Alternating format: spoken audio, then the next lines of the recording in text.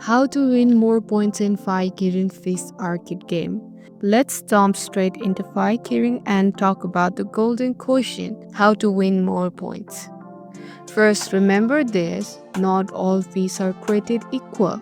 Small fish are easier to catch but give fewer points, while the bigger fish and the boss like some sorts but rewards you with big payout.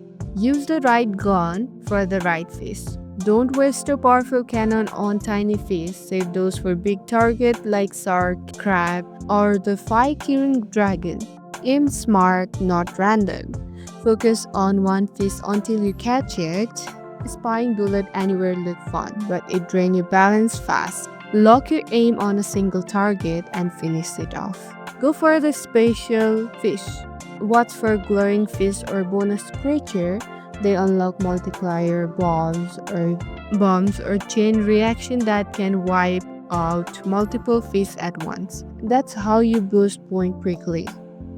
Manage your timing. Boosts usually appear after wave of smaller fish. Be patient, build a point, then switch to stronger gun when the big ones show up.